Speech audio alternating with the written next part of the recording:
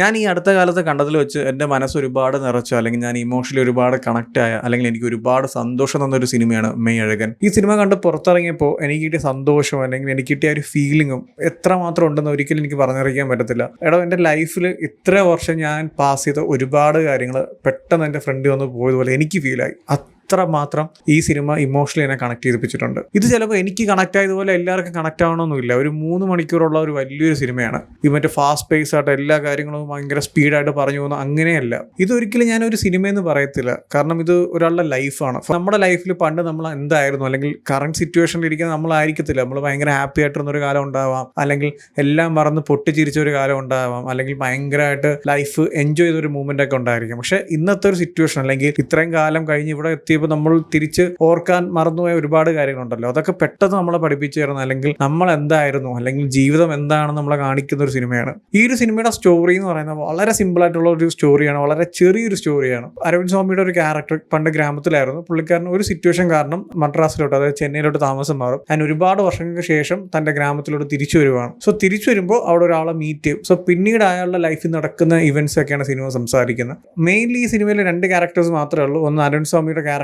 മറ്റൊന്ന് കാർത്തിയുടെ ക്യാരക്ടറും. എനിക്ക് ഇമോഷണലി, അല്ലെങ്കിൽ പേഴ്സണലി എനിക്ക് ഭയങ്കര ഇതിൽ കണക്ട് ചെയ്തത് അരവിന്ദ് സ്വാമിയുടെ ക്യാരക്ടറാണ്. കാരണം ഒരു 90% ഒക്കെ ഞാൻ ആ ഒരു ക്യാരക്ടർ തന്നെയാണ്. സോ ഭയങ്കര രീതിയിൽ എനിക്ക് ആ ക്യാരക്ടർ കണക്ട് ആയി. ആൻഡ് കാർത്തിയുടെ ക്യാരക്ടർ അത് വേറെ ലെവൽ ഓഫ് ക്യാരക്ടർ ആയിരുന്നു. ഒരു ഫ്രണ്ട് അങ്ങനെ നമ്മുടെ ലൈഫിൽ എപ്പോഴും കാണും, അല്ലെങ്കിൽ അങ്ങനെ ഒരു മനുഷ്യനെ നമ്മുടെ ലൈഫിൽ നമ്മൾ എന്തെങ്കിലും, ചിലപ്പോൾ ഫ്രണ്ട് ആയിരിക്കാം, ചിലപ്പോൾ നമ്മൾ എവിടെയെങ്കിലുമൊക്കെ വെച്ച് മീറ്റ് ചെയ്ത ഒരാളായിരിക്കാം, അല്ലെങ്കിൽ നമ്മുടെ ലൈഫിൽ ജസ്റ്റ് ഒന്ന് പാസ് ചെയ്ത ആളായിരിക്കാം. അങ്ങനെ ഒരാളെ നമ്മുടെ എല്ലാവരുടെ ലൈഫിൽ നമ്മൾ മീറ്റ് ചെയ്ത് കാണും. സോ അങ്ങനത്തെ ബ്യൂട്ടിഫുൾ ആയിട്ടുള്ള 2 ക്യാരക്ടേഴ്സിന്റെ ജീവിതം പറയുന്ന സിനിമയാണ് മെയ്യഴകൻ എന്ന് പറയുന്നത്. സോ അതുകൊണ്ട് തന്നെ ആ 2 ക്യാരക്ടേഴ്സിനെ വളരെ അടിപൊളിയായിട്ടാണ് അരവിന്ദ് സ്വാമി കാർത്തിയും പ്രസന്റ് ചെയ്തിരിക്കുന്നത്. ആ ഒരു 2 ക്യാരക്ടേഴ്സിൽ ഇമോഷണലി നമ്മൾ ഭയങ്കര കണക്ട് ആയോ, അല്ലെങ്കിൽ നമുക്കൊരു ഭയങ്കര അറ്റാച്ച്മെന്റ് തോന്നുവാണെങ്കിൽ അത് ഇവരുടെ 2 പേരുടെ പെർഫോമൻസ് ഒന്നുകൊണ്ട് മാത്രം തന്നെയാണ്. ആൻഡ് അതിൽ എസ്പെഷ്യലി എടുത്തു പറയേണ്ട കാർത്തി. ഒരു പോയിന്റ് കഴിയുമ്പോൾ കാർത്തിയുടെ ആ ഒരു ക്യാരക്ടറിന്റെ ഒരു ആർക്കുണ്ട് മാൻ. അത് എങ്ങനെ പറഞ്ഞറിയിക്കണമെന്ന് എനിക്ക് അറിയത്തില്ല. പക്ഷെ അത് തരുന്നൊരു ഫീലും, അത് നമ്മൾ തിയേറ്ററിൽ കാണുമ്പോൾ കിട്ടുന്ന ഒരു എക്സ്പീരിയൻസും, ആ ഒരു ക്യാരക്ടറിന്റെ ഒരു പെർഫോമൻസും എല്ലാം സ്പെഷ്യൽ ആയിട്ടുള്ള ഫീലിംഗ് ആണ് തരുന്നത്. അത് എങ്ങനെ എക്സ്പ്ലെയിൻ ചെയ്യണമെന്ന് അറിയത്തില്ല. പക്ഷെ അത് ഭയങ്കര ബ്യൂട്ടിഫുൾ ആയിരുന്നു.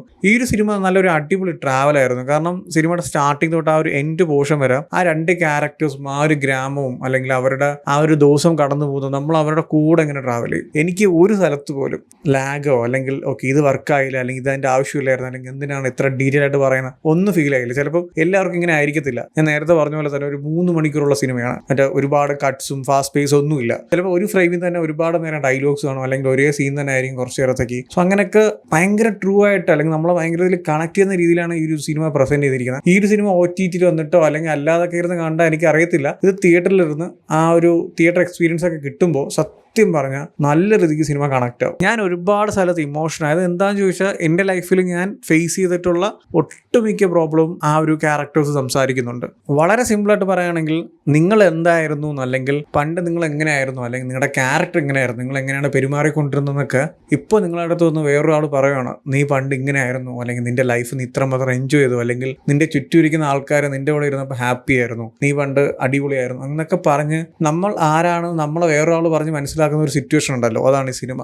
എല്ലാവരും ഈ സിനിമ പോയി കണ്ടു നോക്കണമെന്ന് ഞാൻ പറയത്തുള്ളൂ. ചിലപ്പോൾ 3 മണിക്കൂറുണ്ട്, വലിയൊരു മൂവിയാണ്, അല്ലെങ്കിൽ ഫീൽ ഗുഡ് ആണ്, അതിൻ്റെ ആവശ്യമൊന്നുമില്ല. OTT വരുമ്പോൾ ഞാൻ സത്യം പറയാം, OTT നിങ്ങൾക്ക് ഈ പറയുന്ന പോലെ ഒന്നും ആയിരിക്കത്തില്ല. ചിലപ്പോൾ നിങ്ങൾ തിയേറ്ററിൽ പോയി കാണുമ്പോൾ സിനിമ സ്റ്റാർട്ട് ചെയ്ത് ആ ഒരു റൈഡ്, അല്ലെങ്കിൽ ആ ഒരു ഫ്ലോയിൽ നമ്മൾ കണക്റ്റായി പോയി കഴിഞ്ഞാൽ പിന്നീട് നമ്മൾ വേറൊരു ലോകത്താണ്. അവരുടെ ലോകത്തിൽ ആ ക്യാരക്ടേഴ്സിലൂടെ നമ്മളങ്ങ് ജീവിക്കും. ചില ക്യാരക്ടേഴ്സ് ഡയലോഗ്സ് പോലും കാണത്തില്ല. അവർ ജസ്റ്റ് ഒന്ന് പാസ് ചെയ്ത് പോകുമ്പോൾ പോലും അവരുടെ മനസ്സിൽ എന്തായിരുന്നു, അല്ലെങ്കിൽ അവരുടെ ജീവിതം എങ്ങനെയായിരുന്നൊക്കെ നമുക്ക് ഫീൽ ചെയ്യാൻ പറ്റും. അങ്ങനത്തെ ഒരു കുറച്ച് ക്യാരക്ടർ സിനിമയിലുണ്ട്. സോ കണ്ടു നോക്കുക, ഒരു അടിപൊളി എക്സ്പീരിയൻസ് ആയിരിക്കും. ഞാൻ അടുത്ത കാലത്ത് കണ്ടതിൽ വെച്ച് എൻ്റെ മനസ്സ് ഒരുപാട് നിറയിച്ച, അല്ലെങ്കിൽ എന്നെ ഇമോഷണലി ഒരുപാട് കണക്ട് ചെയ്യിപ്പിച്ച, ഞാൻ ഭയങ്കരമായിട്ട് ഹാപ്പി ആയ സിനിമയാണ് മെയ്യഴകൻ. ചില സിനിമകൾ ഇങ്ങനെയാണോ, നമ്മൾ കണ്ട് പുറത്തിറങ്ങിയാലും അതിലെ ക്യാരക്ടേഴ്സും ആ കഥയും അവരുടെ ഡയലോഗ്സും, അല്ലെങ്കിൽ ആ ഒരു വേൾഡിലൊക്കെ നമ്മുടെ കൂടെ ഒരുപാട് കാലം കാണും. ആൻഡ് പിന്നീട് ഈ ഒരു മൂവിയിലെ സ്റ്റോറി ആയാലും ക്യാരക്ടേഴ്സ് ആയാലും ആ ഒരു മൂവിയുടെ സ്ക്രീൻ പ്ലേ ആയാലും പ്രസന്റേഷൻ ആയാലും ഇതൊക്കെ മാറ്റി നിർത്തിയ ഏറ്റവും കൂടുതൽ ഹൈലൈറ്റ് ചെയ്ത് പറയേണ്ട കാര്യം ഇതിലെ മ്യൂസിക് തന്നെയാണ്. മ്യൂസിക്കും സോങ്സും ലിറിക്സും ഒക്കെയാണ്. അതൊക്കെ തരുന്നൊരു ഫീൽ ഉണ്ടല്ലോ. അത്